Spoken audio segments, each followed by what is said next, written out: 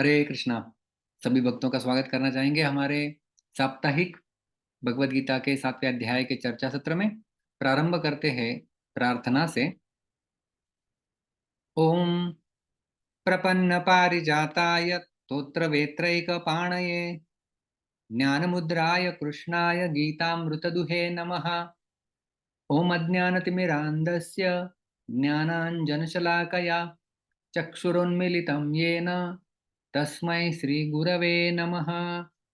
नमः ओं विष्णुपादाय कृष्णप्रेष्ठाय भूतले श्रीमते भक्तिवेदांत स्वामीन इति नामिने।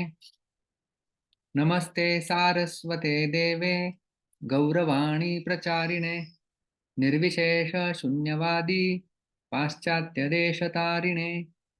जय श्री कृष्ण चैतन्य प्रभु नित्यानंद श्री अद्वैत गदाधर श्रीवास आदि गौर भक्तवृंद।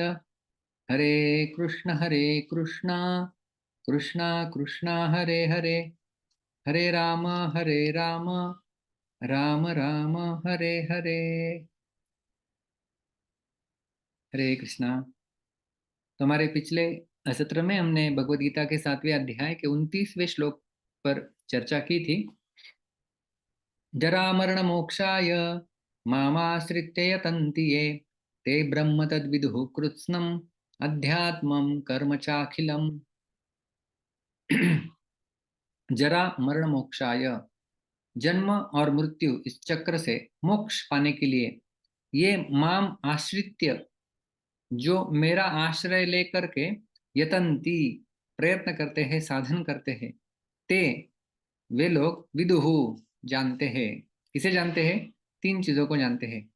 सर्वप्रथम तद ब्रह्म, उस ब्रह्म को जानते हैं। कृत्स्नम अध्यात्मम, संपूर्ण अध्यात्म को जानते हैं। और अखिलम कर्म च, संपूर्ण कर्म को भी वो जानते हैं।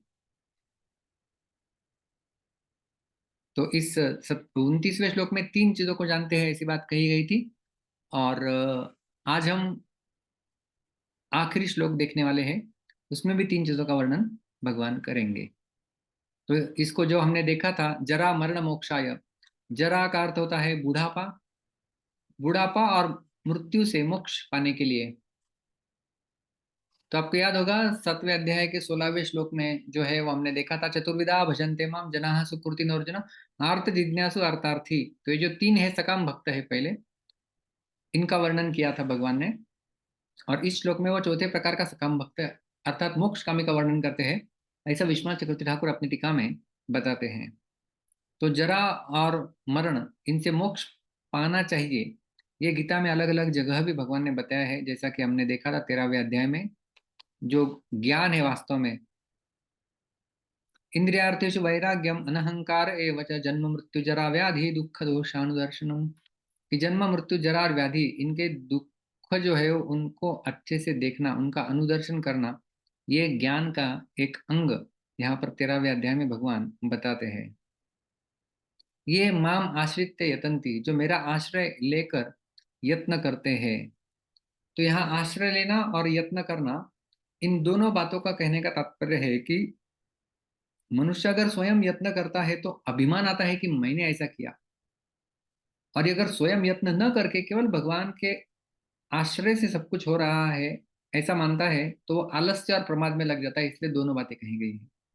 तो केवल मैं कह रहा हूं तो अहंकार है, केवल भगवान की कृपा से हो रहा है तो आलस्य है। तो दोनों का होना एक साथ आवश्यक है। हमारा प्रयास, साधक का, और भगवान की कृपा, ये दोनों माम आश्रित्य यतंती का तात्पर्य ये है। वे लोग ते तद ब्रह्म विदुहु, वे उस ब्रह्म को जान जाते हैं। श्रीधर स्वामी लिखते हैं कि प्राप्तव्यम, जिसे प्राप्त करना चाहिए वो है प्राप्तव्य, वो है उस ब्रह्म। तो ये वह ब्रह्म क्या है? तो दो प्रकार के ब्रह्म हमने देखे थे, एक है अहम ब्रह्म और दूसरा होता है तद ब्रह्म। अहम ब्रह्म जो है वो, जिसे कहते हैं पार्शल अंडरस्टैंडिंग, कि मैं ब्रह्म हूं, वास्तव में आत्मा ब्रह्म है। जैसे वैदिक उक्ति है ना, अहम ब्रह्मास्मि। लेकिन मैं ब्रह्म हूं, यह समझना केवल एक सीमित मात्रा में ज्ञान है। लेकिन जब हम तद ब्रह्म, जब हम उन भगवान को समझ लेते हैं, वो है कंप्लीट अंडरस्टैंडिंग, परिपूर्ण या समग्र समझ। ते कृत्स्नम अध्यात्मम विदुः, वे संपूर्ण अध्यात्म को जान जाते हैं। वे अध्यात्म का अर्थ क्या है? हम लोग तो बोलते हैं कि अध्यात्म ऐसा, अध्यात्म वैसा, आध्यात्मिक। यहाँ पर अध्यात्म है शुद्ध आत्मा का स्वरूप, जो भौतिक शरीर से भिन्न होता है, उसे जानना, यह है अध्यात्म को जानना। ते अखिलम कर्म च विदुः, वे संपूर्ण कर्म को भी जान जाते हैं। संपूर्ण कर्मों के वास्तविक तत्वों को जान जाते हैं, अर्थात सृष्टि की रचना क्यों होती है, कैसे होती है, भगवान ऐसे कैसे और क्यों करते हैं, इन सभी को वो जान जाते हैं। अखिलम कर्म विदुः का हमने देखा था, श्रीधर स्वामी बताते हैं अपनी टीका में कि तत्साधन भूतम अखिलम रहस्यम कर्म जानन्ति। तत्साधन भूतम मतलब हमने प्राप्तव्य देखा था ब्रह्म, तो उसे प्राप्त करने के लिए जो साधन होते हैं, साधन भूतम अखिलम कर्म जानन्ति, इसका अर्थ जो ब्रह्म को प्राप्त करने के लिए जो साधन है, उन सभी साधनों को जानता है। और वास्तव में हमने देखा था ये जो तीन चीजें हैं, तद ब्रह्म कृत्स्नम अध्यात्मम और अखिलम कर्म। तद ब्रह्म का अर्थ है जिसे प्राप्त करना है, वो है प्राप्तव्य साध्य। कृत्स्नम अध्यात्मम यानी साधक आत्मा का मूल स्वरूप हमने देखा था। और अखिलम कर्म, अखिलम कर्म का अर्थ होता है जैसे हमने देखा था अभी, श्री स्वामी जी बताते हैं कि तत्साधन भूतम, कि ये साधन है जिसके माध्यम से साधक अपने साध्य को प्राप्त करता है। तो इस प्रकार से हमने 29वां श्लोक देखा था, जिसमें भगवान ने मेरे भजन करने से वे लोग जो भी जानने योग्य है वो सब कुछ जानकर जो है वो कृतार्थ हो जाते हैं, विदुहु सब जान जाते हैं। और ऐसे साधकों के लिए योग भ्रष्ट होने का कभी भय नहीं होता है। और ये एक आश्वासन मानो भगवान इस 7वें अध्याय के आखिरी श्लोक में प्रदान कर रहे हैं। श्लोक है 30वां इस प्रकार से, साधिभूतादिदैवं मां साधियज्ञं च ये विदुः प्रयाणकालेऽपि च मां ते विदुर्युक्तचेतसः। इस श्लोक का अन्वय के पहले हम लोग इसका पद विभाग और संधि देखते हैं। पंकज प्रभु को मैंने अनम्यूट किया है आपको। हरे कृष्ण प्रभु जी, दंडवत प्रणाम। हरे कृष्णा गौरांगी, मेरे पीछे बोलेंगे। हाँ। हम्म। तो एक एक शब्द आप सभी लोग मेरे पीछे बोलिए। स स स स अधिभूतादिदैवम् अधिभूतादिदैवम् अधिभूतादिदैवम्। अधिभूतादिदैवम्। तो यहाँ पर संधि हो जाती है, सवर्ण दीर्घ संधि। साधिभूतादिदैवम् साधिभूतादिदैवम् माम मां माम मां स स स स अधियज्ञम् अधियज्ञम् अधियज्ञम् अधियज्ञम् साधियज्ञम् साधियज्ञम् च च च च ये ये ये ये विदुः विदुः विदुः विदुः प्रयाणकाले प्रयाणकाले प्रयाणकाले प्रयाणकाले अपि अपि अपि। अपि।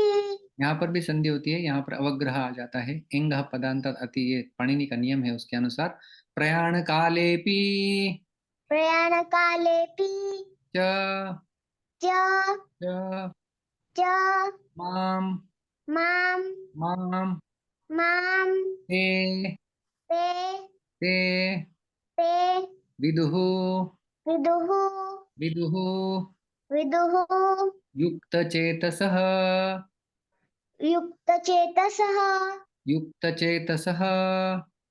युक्तचेतसः। यहाँ पर विसर्ग रफ रेफ में परिवर्तित होकर संधि बनती है, विदुर्युक्त चेतसः। विदुर्युक्तचेतसः। संपूर्ण श्लोक एक एक पाद के साथ गाएंगे। साधिभूतादिदैवं मां साधिभूतादिदैवं मां साधियज्ञं च ये विदुः साधियज्ञं च ये विदुः प्रयाणकालेऽपि च मां प्रयाणकाले च प्रियपमान् प्रयाणकालेऽपि च मां प्रयाणकाले च प्रियपमान् ते विदुर्युक्त चेतसः। ते विदुर्युक्त चेतसः। उत्तम, धन्यवाद। हरे कृष्णा। हरे कृष्णा। जी विश्वजीत प्रभु, मैंने आपको अनम्यूट किया है। हरे कृष्णा प्रभु जी। हरे कृष्णा। साधिभूतादिदैवं मां साधिभूतादिदैवं मां साधियज्ञं च ये विदुः साधियज्ञं च ये विदुः प्रयाणकालेऽपि च मां प्रयाणकाले अपि च मां ते विदुर्युक्तचेतसः। ते विदुर्युक्तचेतसः। उत्तम। और कोई है हरे जो कृष्ण। करना चाहेगा? हरे कृष्णा।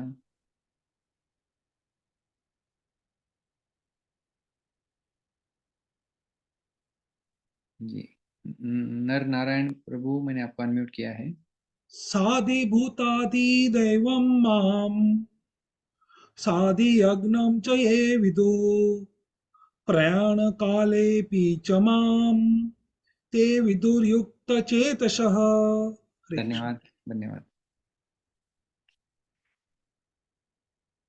आखिरी बार मीना माता जी, मैंने आपको अनम्यूट किया है। हरे कृष्णा प्रभु जी, पंचांग प्रणाम। सा साधि साधिभूतादिदैवं मां साधिभूतादिदेव मां साधियज्ञं साधियज्ञं च ये विदुः साधियज्ञं च ये विदुः प्राया प्रयाणकालेऽपि च मां प्रयाणकाले चिममां ते प्रयाणकालेऽपि च विदुर्युक्तचेतसः। मां ते विदुर्युक्तचेतसः। धन्यवाद। हरे कृष्ण प्रभु जी। तो इस प्रकार से पद विभाग हमने देखा। इस श्लोक का भी देखते हैं अन्वय कि भगवान क्या बोल रहे हैं। ये जो लोग ये ते, ऐसा आता है ना, हमने श्लोक में बताया था आपको। यद तद, यदा यदा, तदा तदा। जैसे भगवान बोलते हैं ना, यदा यदा ही धर्मस्य ग्लानिर्भवति भारत अभ्युत्थानम अधर्मस्य तदा आत्मानं सृजाम्यहम्। यदा तदा, यद तद, तो ये ते, तो ये जो लोग साधिभूतम साधिदैवम साधियज्ञम च माम विदुः, अधिभूतम के साथ, अधिदैवम के साथ, अधियज्ञम के साथ माम विदुः, मुझे जानते हैं। ते च युक्त चेतसः, वे युक्त चेतसः है, वो वे युक्त चेतना वाले हैं, भगवान में उनकी चेतना लगी हुई है। प्रयाण काले अपि माम विदुः। प्रयाण काल समझते? प्रयाण काल का अर्थ होता है कि प्राण त्यागने का काल, जिसे कहते हैं प्रयाण काल, मृत्यु का समय। प्रयाण काले अपि, प्रयाण काल में भी माम विदुः, मुझे जानते हैं। तो इस श्लोक का अनुवाद श्रील प्रभुपाद जी लिखते हैं, जो मुझ परमेश्वर को मेरी पूर्ण चेतना में रहकर मुझे जगत का, देवताओं का तथा समस्त यज्ञ विधियों का नियामक जानते हैं, वे अपनी मृत्यु के समय भी मुझ भगवान को जान और समझ सकते हैं। तो श्लोक अधिक कठिन नहीं है, लेकिन यहाँ पर जो शब्दों का प्रयोग कर रहे हैं भगवान, खास करके जो पिछला श्लोक था 29वां और आज का 30वां, इसमें कुछ नए शब्दों का प्रयोग भगवान कर रहे हैं जो गीता में पहली बार आ रहे हैं। साधि भूतम, साधि यज्ञम, साधि दैवम। तो आप नहीं, अर्जुन भी डर गए थे इन शब्दों को सुन के। तो इन शब्दों का बड़ा विस्तार हम लोग नहीं करने जा रहे हैं, क्यों, मैं आपको बताऊंगा आगे। तो ये साधिभूतम माम विदुः, जो मनुष्य अधिभूत सहित मुझे जानते हैं। आप कहेंगे ये अधिभूत क्या है? तो अधिभूत नाम जो है वो भौतिक स्थूल सृष्टि का है, जिसमें तमोगुण की प्रधानता होती है। तो सारे भौतिक स्थूल सृष्टि, संपूर्ण सृष्टि जो पंच महाभूतों से बनी हुई है, उस सृष्टि को अधिभूत कहते हैं। स का अर्थ होता है उसके सहित, स अधिभूतम है ये शब्द, तो साधिभूतम बन गया। तो अधिभूत के साथ अर्थ है संपूर्ण पंच महाभूत से बनी हुई सृष्टि के साथ वे मुझे जानते हैं। भी सृष्टि जो है वो तमोगुण का प्रधानता उसमें होती है। आगे भगवान कहते हैं साधिदैवम माम विदुः, जो मनुष्य अधिदैव सहित मुझे जानते हैं।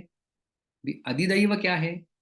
अधिदैव का अर्थ होता है, जैसे प्रभुपाद जी भाषांतर किए हुए, सारे देवताओं के साथ। तो खास करके अधिदैव नाम जो है वह सृष्टि की रचना करने वाले हिरण्यगर्भ ब्रह्मा जी का है। जिनमें रजोगुण की प्रधानता होती है।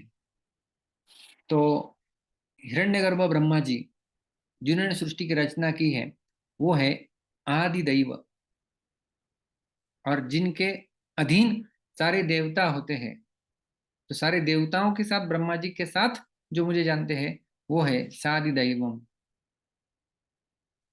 ये सादि यज्ञम माम विदुहु, जो मनुष्य अधियज्ञ के सहित मुझे जानते हैं।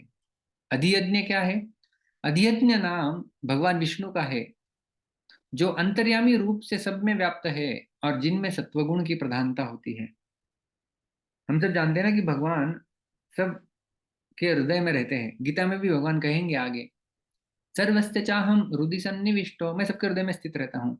तो भगवान जो कि अंतर्यामी रूप में परमात्मा के रूप में जो सबके हृदय में रहते हैं, जो क्षुरदक्षाई विष्णु के नाम से जाने जाते हैं, उन विष्णु, जैसे वैदिक उक्ति भी है ना कि यज्ञो वै विष्णु, भगवान विष्णु को यज्ञ कहा जाता है। तो स अधियज्ञ मतलब का अर्थ, साधियज्ञम का अर्थ है कि उन अंतर्यामी सब में जो व्याप्त है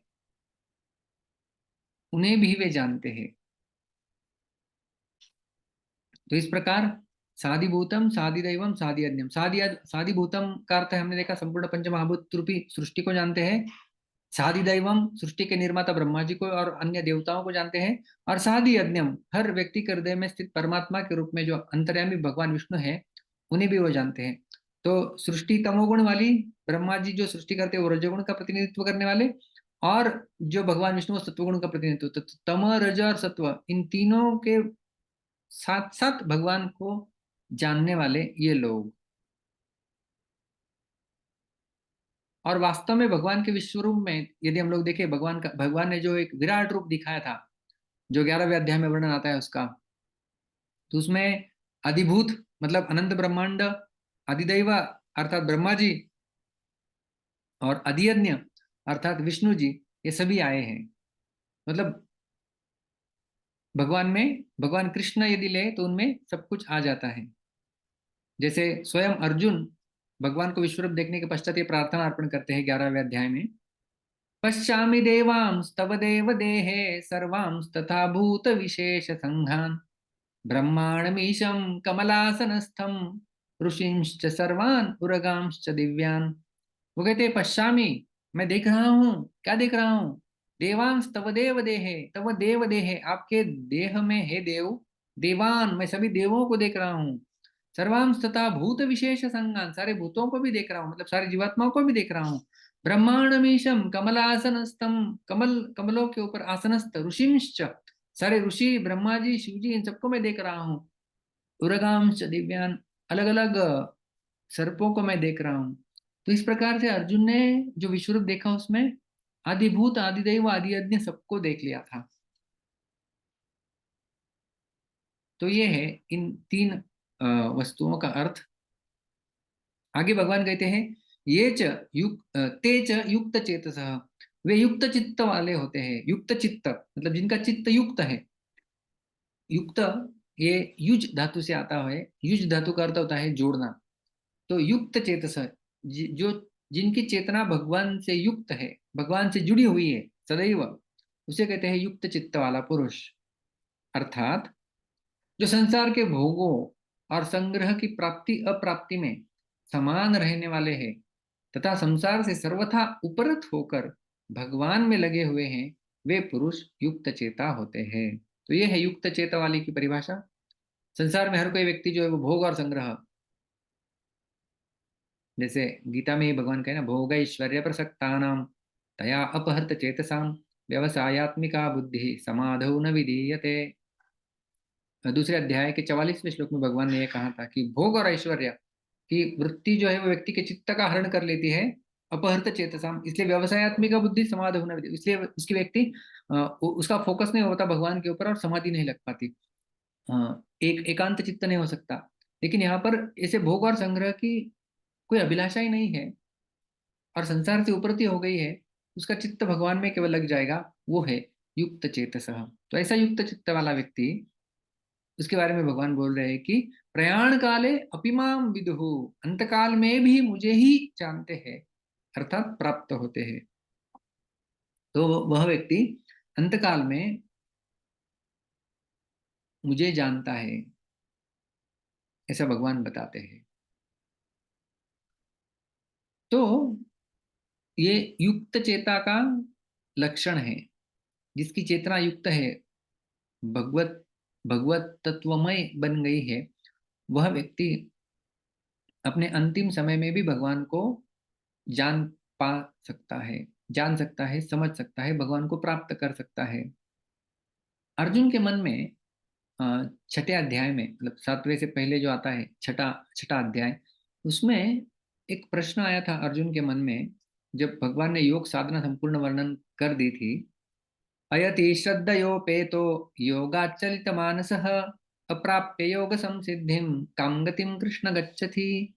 छठे अध्याय में अर्जुन ने प्रश्न पूछा था कि अयति ही श्रद्धयोपेतो, श्रद्धा पूर्वक जिसने प्रारंभ तो कर दिया है, लेकिन अयति अभी तक परफेक्शन नहीं मिला है, सिद्धि नहीं मिल रही है।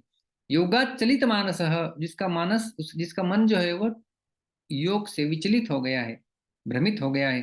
अप्राप्य योग संसिद्धिम, वो योग की संसिद्धि परिपूर्णता को प्राप्त नहीं करेगा। काम गतिम कृष्ण गच्छति, है भगवान कृष्ण, उनकी गति क्या होती है? तो यहाँ पर देखिए, योगाचलित मानस जो शब्द हम लोग छठे अध्याय के 37वें श्लोक से देख रहे हैं, योगाचलित मानस, योग से पथभ्रष्ट हो गया हुआ है जिसका मन, और आज के श्लोक में जो भगवान शब्द प्रयोग कर रहे हैं वो है युक्त चेतसः, कि जिसका मन भगवान में रम गया है। तो ऐसा व्यक्ति जिसका मन भगवान में लग गया है, भगवान से जुड़ गया है, जैसे 7वें अध्याय के पहले श्लोक में भगवान ने कहा था मय्यासक्त मनः पार्थ, कि जिनका मन मुझ में आसक्त हो गया है, उस प्रकार का ये युक्त चित्त वाला व्यक्ति, तो ऐसे व्यक्ति के पथभ्रष्ट होने की संभावना है ही नहीं।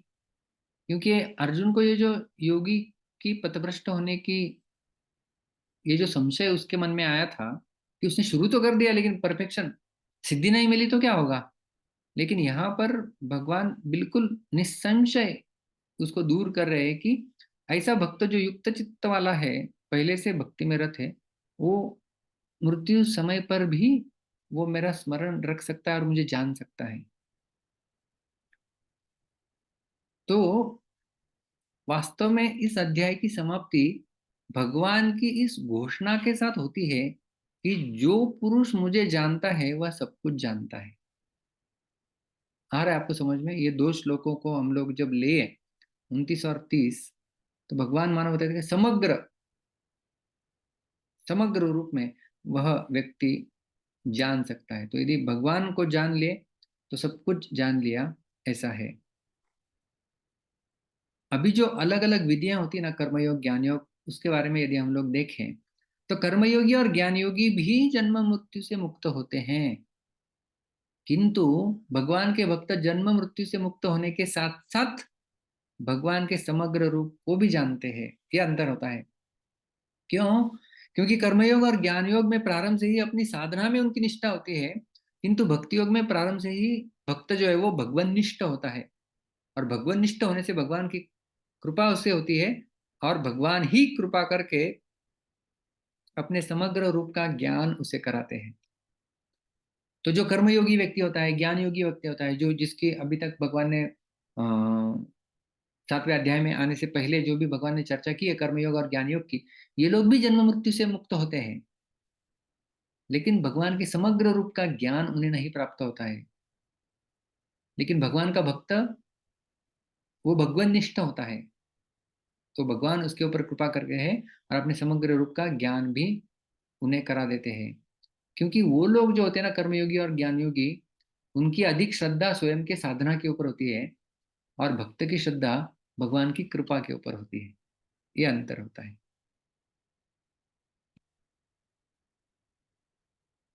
इसलिए यदि आप स्मरण रख रहे होंगे तो इसी अध्याय का 7वें अध्याय का 3रा श्लोक हमने चर्चा किया था। मनुष्याणाम सहस्रेषु कश्चिद् यतति सिद्धये यतताम अपि सिद्धानाम कश्चिन्माम वेत्ति तत्पतः। मनुष्याणाम सहस्रेषु, ऐसे सहस्त्र मनुष्यों में कश्चिद् यतति सिद्धये, कोई एक व्यक्ति होता है जो सिद्धि प्राप्त करने के लिए प्रयास करता है, और यतताम अपि सिद्धानाम, ऐसे कई सारे जो प्रयत्न करने वाले लोग हैं, उनमें से कुछ लोगों को सिद्धि प्राप्त होती है, और ऐसे अनेकानेक सिद्ध प्राप्तियों में कश्चिन माम वेत्ति तत्वतः, कोई एक व्यक्ति होता है जो मुझे जानता है।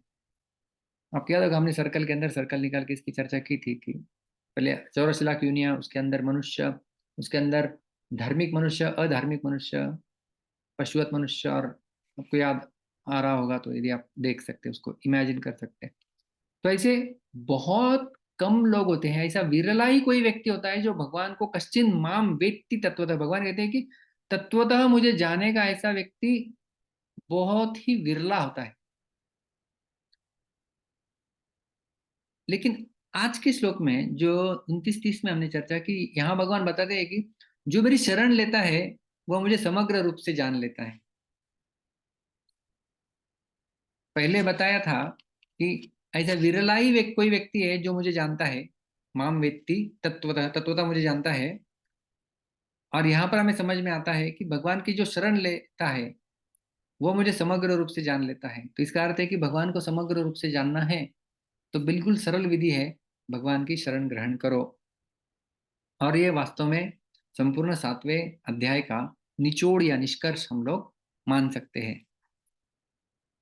तो एक बहुत सुंदर देखिए भगवान की, क्योंकि भगवान पूर्ण पुरुषोत्तम, वो जब यदि कोई बात बता रहे, ज्ञान दे रहे, तो उस ज्ञान की परिपूर्णता की पराकाष्ठा हम देखते हैं जब हम तुलना करेंगे।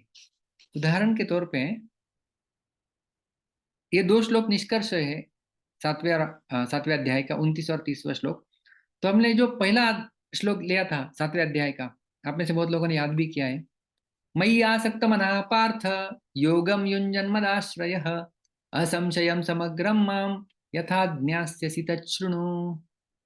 तो ये 7वें अध्याय का पहला श्लोक था। मयि आसक्त मनः पार्थ, जो अपना मन मुझ में आसक्ति किए हुए, योगम युञ्जन मदाश्रय, जिसने मेरा आश्रय लिया हुआ है, इस प्रकार से मुझ में जुड़ा हुआ है, असंशयम, वो बिना कोई संशय के, समग्रम माम, मेरे समग्र रूप को कैसे जान सकता है, यथा ज्ञास्यसि तच्छृणु, वो सुनो हे अर्जुन।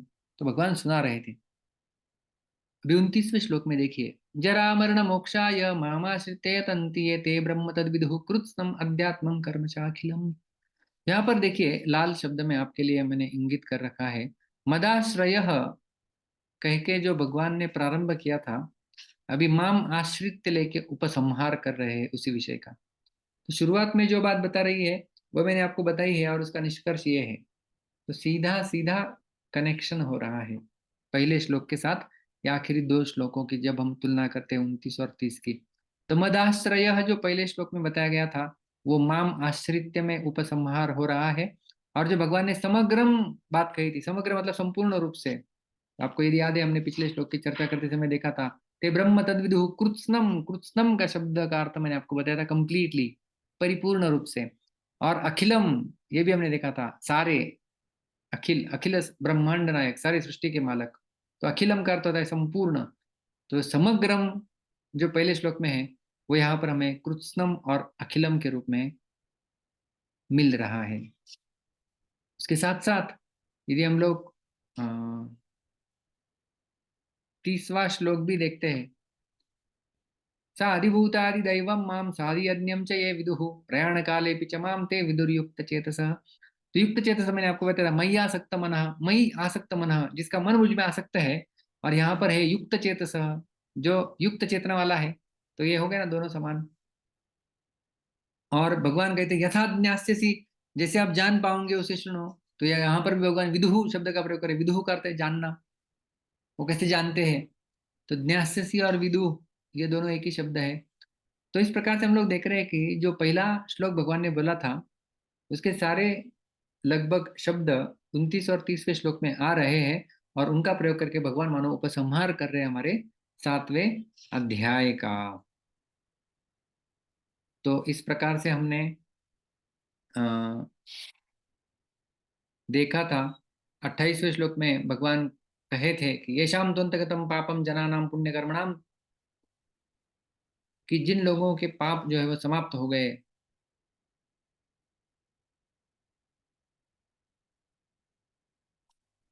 और उसके पश्चात भगवान उन लोगों के भजन की प्रक्रिया और उनका जानना क्या होता है, ये 29 और 30वें श्लोक में बताया था। तो आज हमने देखा ये जो लोग स अधिभूतम, अधिभूतम का अर्थ, यहाँ पर भगवान ने कुछ स्पष्टीकरण नहीं दिया है वास्तव में, ये तो हम लोग स्पष्टीकरण लेकर आए हैं जो कि आचार्य हमें अनुवादित किए हुए हैं। भगवान ने अर्जुन को इतना ही कहा था, इसलिए बहुत बार लोगों को गीता समझना कठिन लगता है। केवल इतना श्लोक पढ़ेंगे, कल्पना कीजिए, साधिभूता अधिदैव माम साधि अन्यम, जो अधिभूत अधिदैव और अधियज्ञ के साथ मुझे जानते हैं, तो क्या समझ में आएगा? इसलिए लोगों को गीता कठिन लगती है। लेकिन जब आचार्यों की टीका हम लोग समझते हैं तो बिल्कुल हम ठीक से और अच्छे से समझ सकते हैं। स अधिभूतम का अर्थ है कि संपूर्ण पंच महाभूतों से बनी वाली सृष्टि के साथ स अधिदैवम, सारे सृष्टि के नियामक देवता ब्रह्मा जी तक, इनको इनके साथ में, और स अधियज्ञम, अधियज्ञम का अर्थ हुआ होता है कि जो अंतर्यामी के रूप में, परमात्मा के रूप में भगवान सब हृदयों में निवास करते हैं, उनको उनके सहित माम विदुहु, मुझे जो जानता है, तेज युक्त चेतसा, वह युक्त चित्त वाला व्यक्ति, युक्त चित्त का अर्थ हमने देखा कि भगवान में जिसका मन रममाण है और सारे भौतिक सृष्टि से उसका उपरति है और भगवान में रति है, यह है युक्त चेतसा। प्रयाण काले अपि माम विदुहु, मृत्यु समय पर भी वो मुझे जान सकता है, क्योंकि वो तो पहले से ही भगवान में रत है, तो मृत्यु के समय वो विचलित नहीं होता है। जैसे अर्जुन ने, हमने देखा 6 अध्याय में प्रश्न किया कि योगत चलित मानस, योग से जब मन भ्रमित हो जाता है और युक्त चेतसः, इस दोनों का विरोधाभास हमने देखा, तो कभी हो ही नहीं सकता कि कोई मृत्यु के समय भ्रमित हो। शायद भागवत में वर्णन आता है अंतकालेपि, कि किस प्रकार से शायद संभ्रमोन्त कालेपि न स्मरति, कि अंतकाल में भी वह व्यक्ति जो है वो भ्रमित नहीं हो सकता, भगवान का भक्त जिसने श्रवण कीर्तन रूपी विधि का सहारा लिया हुआ है। और हमने ये भी देखा कि भगवान के विश्वरूप या विराट रूप में जो है वो सारे साधिभूत, साधिदैव और साधियज्ञ जो है वो सम्मिलित है। और हमने खास करके पहला श्लोक 7वें अध्याय का और हमारे आखिरी 2 श्लोक, इनको जब हम लोग देखे, जब उपसंहार हो रहा है, जब अध्याय समाप्ति हो रही है, तो किस प्रकार से मदाश्रय जो शब्द प्रयोग किया था भगवान ने, वो माम आश्रित्य से उपसंहारित हो रहा है। और जो समग्रम भगवान ने कहा था, समग्रम माम यथाज्ञास्यसि, समग्रम का अर्थ, और यहाँ पर जो आ रहा है 29वें श्लोक में, कृत्स्नम का अर्थ है समग्रम, अखिलम का अर्थ है समग्रम, संपूर्ण रूप से। और जो 30वें श्लोक में हमने देखा मयि आसक्त मनः का अर्थ युक्त चेतस, वही है। और ज्ञास्यसि मतलब जैसे तुम जान सकते हो, विदुहु ये है। और भगवान ये भी कहे थे ना कि ज्ञान विज्ञान सहित, मैं ज्ञान और विज्ञान के साथ बताऊंगा। तो कुछ आचार्य ये भी बताते हैं कि 29वां श्लोक हमें ज्ञान देता है और 30वां श्लोक हमें विज्ञान देता है। तो इन दोनों के साथ साथ जो है वो भगवान हमें ये सारी बातों को जो है वो समझा रहे हैं, अधिभूत अधिदैव अधियज्ञ। तो इस प्रकार से 7वां अध्याय समाप्त होता है। अभी अर्जुन के मन में प्रश्न उपस्थित हुआ, क्योंकि अर्जुन के पास तो ऐसी टीकाएं नहीं थी, कमेंट्रीज नहीं थी। तो अर्जुन के मन में ये प्रश्न, अर्जुन ने पहली बार ये टर्म सारे सुने थे ना, ब्रह्म, अखिलम कर्म, समग्रम, ये पहली बार सुना। तो अर्जुन के मन में ये प्रश्न उपस्थित हुआ।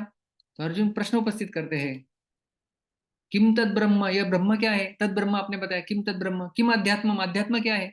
अध्यात्म जो पहली बार सुनेगा, अध्यात्म क्या, हमने देखा था कि सारे जीवात्मा उनका स्वरूप, शुद्ध स्वरूप, हमने तो बता दिया था आचार्यों की टीका के माध्यम से। लेकिन अर्जुन को तो समझ में नहीं आया, किम तद ब्रह्म, किम अध्यात्म, किम कर्म अखिलम। तो अर्जुन के मन में प्रश्न आया। और 8वें अध्याय के प्रारंभ में, वास्तव में ये तो उनकी चर्चा चल रही है, 8वां अध्याय का प्रारंभ नहीं हुआ है, लेकिन ये समाप्त होने के बाद अर्जुन तुरंत प्रश्न करते हैं। और इस प्रश्न को फिर श्रीधर स्वामी ब्रेक कर देते हैं कि यहाँ से अभी 8वां अध्याय होगा, दूसरा अध्याय, अथ अष्टमोध्याय, और फिर उसका अलग नाम दिया जाता है। और फिर वो संपूर्ण अध्याय, ये सारे अध्याय गीता के जो है 18 अध्याय, वो वास्तव में एक मूल संवाद है, लेकिन उसको श्रीधर स्वामी है जिन्होंने इसको खंड में विभाजित किया है और उसे अलग अलग उस कंटेक्स्ट के हिसाब से उन्होंने नाम दिए हैं। तो जैसे 7वें अध्याय का शीर्षक उन्होंने दिया है ज्ञान विज्ञान योग, उसी प्रकार से जो अगला 8वां अध्याय है उसका शीर्षक है अक्षर ब्रह्म योग।